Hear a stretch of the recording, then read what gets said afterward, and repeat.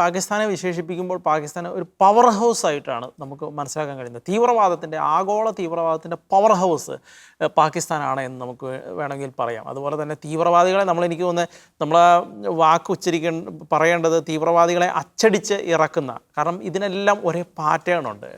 അതിൻ്റെ ബേസിക് ഇപ്പം നമ്മൾ മസ്തിഷ്ക പ്രക്ഷാളനം നടത്തുക എന്ന് പറയുമ്പോൾ എന്നുവെച്ചാൽ ഒരേ മൈൻഡ് സെറ്റ്, ഒരേ രീതി എന്ന് വെച്ചാൽ പണം അച്ചടിച്ചിറക്കുന്ന അതേപോലെ ഒരേ അച്ചിൽ വാർത്തെടുത്ത് ഇറക്കുന്നുണ്ട്. അതുപോലെ തീവ്രവാദികളെ അച്ചടിച്ചിറക്കുന്ന ഒരു രാജ്യമാണ് പാകിസ്ഥാൻ എന്ന് പറയുന്നത്. അപ്പോൾ ഇതിന് കൃത്യമായിട്ട് എന്തുകൊണ്ട് ഇത്ര രീതിയിൽ ഇത്ര സ്ട്രാറ്റജിക്കായിട്ട് ഇവർക്ക് ഇത് ഇറക്കാൻ കഴിയുന്നു എന്നുള്ളതിനൊരു ചരിത്ര പശ്ചാത്തലം കൂടിയുണ്ട്. പാകിസ്ഥാൻ എന്തുകൊണ്ട് അതിന് കഴിയുന്നു എന്നുള്ളതിനെക്കുറിച്ച്. അപ്പം അതിൻ്റെ ഏറ്റവും പ്രധാനപ്പെട്ട പാകിസ്ഥാൻ്റെ നമ്മളത് തുടങ്ങുമ്പോൾ എനിക്ക് തോന്നുന്നു പാകിസ്ഥാൻ ഈ പഹൽഗാമിൽ ആക്രമണം നടത്തിയ സമയത്ത് വെസ്റ്റേൺ മീഡിയ പാകിസ്ഥാനിലെ രാഷ്ട്രീയക്കാരോട് അതുപോലെ തന്നെ മുൻ സൈനിക ഉദ്യോഗസ്ഥരോടെല്ലാം ചോദിക്കുമ്പോൾ അവർ പറയുന്നൊരു കാര്യമുണ്ട്, ഞങ്ങൾ തീവ്രവാദത്തെ സപ്പോർട്ട് ചെയ്തിരുന്നു.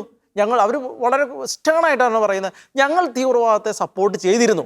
എന്തുകൊണ്ട് ഞങ്ങൾ തീവ്രവാദത്തെ സപ്പോർട്ട് ചെയ്തിരുന്നു?